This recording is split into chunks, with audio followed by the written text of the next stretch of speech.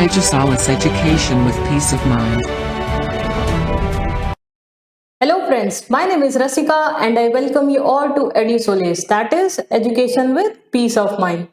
Friends, today's session is all about Omicron that has caused worldwide panic.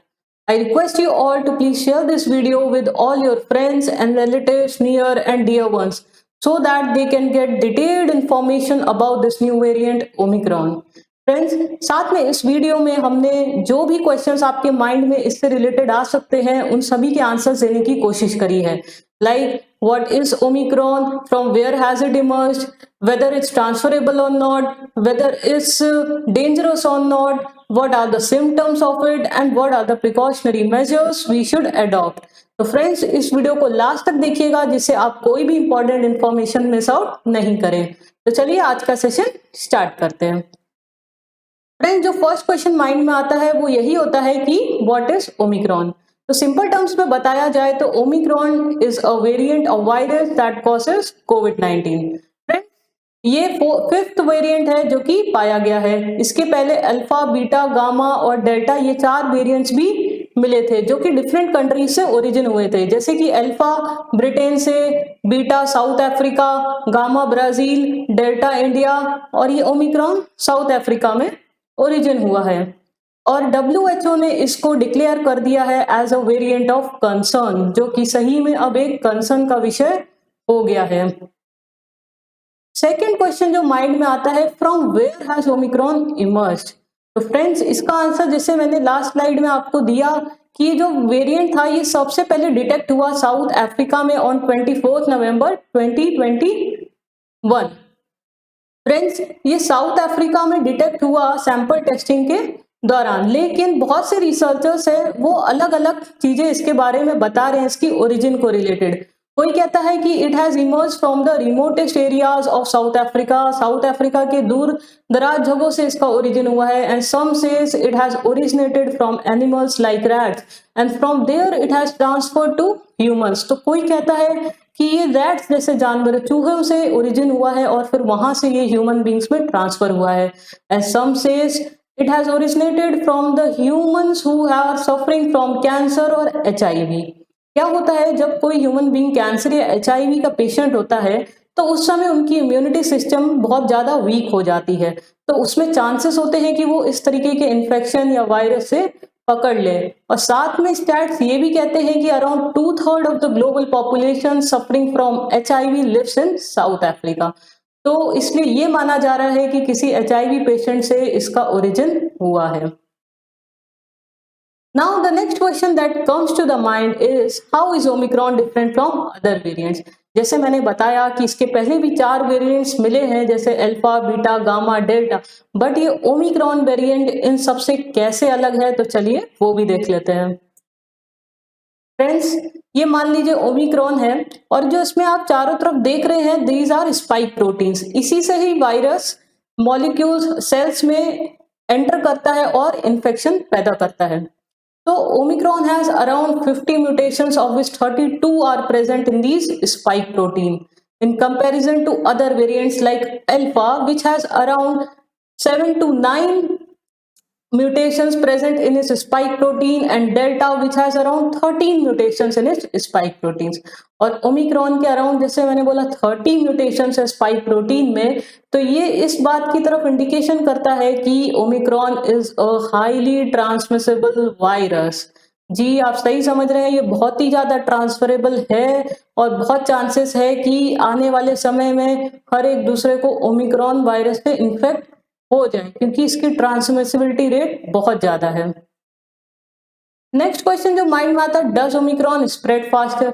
तो friends, इसका answer जैसे मैंने अभी दिया कि इसकी ट्रांसमिसिबिलिटी रेट बहुत ज्यादा है, बहुत ही जल्दी एक से दूसरे और दूसरे से तीसरे को ये इन्फेक्ट करता है। और ये बात की इंडिकेशन इससे भी आती है कि around 77 countries have reported to have suffered from this omicron और इंडिया में भी अराउंड 59 केसेस आ चुके हैं जिसमें अलोन महाराष्ट्र से 28 केसेस हैं। तो फ्रेंड्स, ये एक हाईली ट्रांसमिसिबल वायरस है, इसलिए हमें सारे प्रिवेंटिव मेजर्स लेने हैं कि हम इससे बचे रहे। नेक्स्ट जो क्वेश्चन है वो बहुत ही इंपॉर्टेंट है। ये तो हमने देख लिया कि ये बहुत ही ज्यादा ट्रांसमिसिबल है और ये जो डेल्टा वेरिएंट है उससे भी ट्वाइस फास्टर ट्रांसमिट होता है। बट क्या ये डेंजरस भी है क्या? तो चलिए वो भी देखते हैं। जो साउथ अफ्रीका में जो फर्स्ट टाइम जो पेशेंट्स जो इनसे सफर हुए थे उनमें बहुत ही माइल्ड सिम्टम्स देखे गए। तो चलिए एक रिलीफ की बात है कि ये उतना ज्यादा सीवियर नहीं है।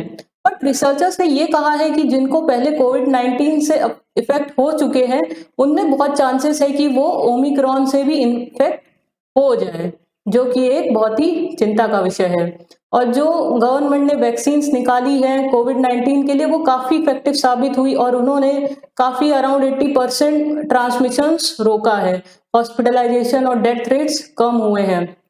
बट वो 2 डोज ही काफी नहीं है, इसीलिए अभी बूस्टर शॉट्स भी निकाल रही हैं कनाडा और डिफरेंट यूरोपियन कंट्रीज, जिससे कि फुल प्रोटेक्शन मिल सके इस ओमिक्रॉन से, क्योंकि वो 2 डोज काफी नहीं है। और साथ में क्या होता है, जैसे वो वैक्सीन लेने से या फिर जो पहले इन्फेक्ट हुए उनसे जो एंटीबॉडीज हमारे अंदर बनी है उनका भी जो इम्पैक्ट होता है वो धीरे धीरे कम हो जाता है। इसीलिए भी ये जल्दी सस्पेक्टेबल होता है कि ओमिक्रॉन वेरिएंट आपको जल्दी से पकड़ ले, इसलिए इसका ट्रांसमिसेबल रेट तो ज्यादा है बट इसके सिम्टम्स उतने ज्यादा सीवियर अभी तक नहीं देखे जा रहे हैं।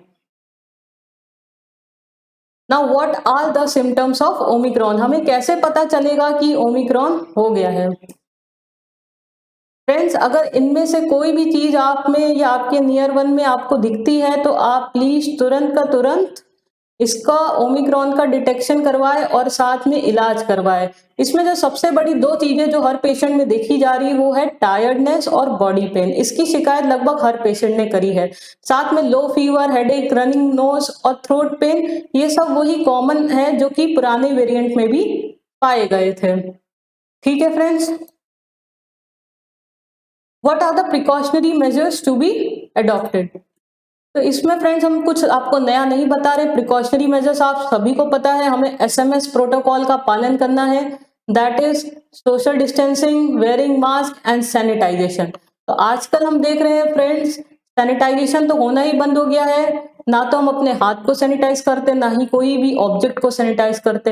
इवन मास्क भी हम लोग देखते हैं तो क्राउडेड एरियाज में, पब्लिक प्लेसेस में हार्डली कोई पहने रहता है। और मैंने जैसे बताया ओमिक्रॉन वेरिएंट बहुत ही ज्यादा ट्रांसमिसेबल है, तो बहुत ज्यादा खतरा है कि आपको ये पकड़ ले। इसीलिए आप ये सारे प्रिवेंटिव मेजर्स का अडॉप्ट करें। और साथ में मेरी रिक्वेस्ट है, जो भी अबव 18 ईयर्स ऑफ एज है और जिन्होंने कोविड की डोज, वैक्सीन की डोज अभी तक नहीं ली है, तो वो प्लीज अपने नियर बाय गवर्नमेंट हॉस्पिटल या प्राइवेट हॉस्पिटल में जाके ले ले। हो सकता है 2022 में गवर्नमेंट 3rd डोज लेकर आए, क्योंकि ओमिक्रॉन के लिए ये दोनों डोज सफिशिएंट नहीं है, तो वो 3rd बूस्टर डोज भी आप सब लोग लीजिएगा। लास्ट में मैं बस यही कहना चाहूंगी, stay home, stay safe. I hope कि ये सेशन आपके लिए बहुत ही यूजफुल रहा होगा और ओमिक्रॉन से रिलेटेड आपके माइंड में जो भी क्वेश्चंस है उनका आंसर आज के सेशन में आपको मिल गया होगा। फ्रेंड्स, हमारे चैनल को सब्सक्राइब करिए जिससे कि ये इंफॉर्मेटिव कंटेंट हमको इनकरेज मिले और हम बनाते रहे और आपके सामने लाते रहे। So please subscribe to our channel and share the videos with your friends and relatives.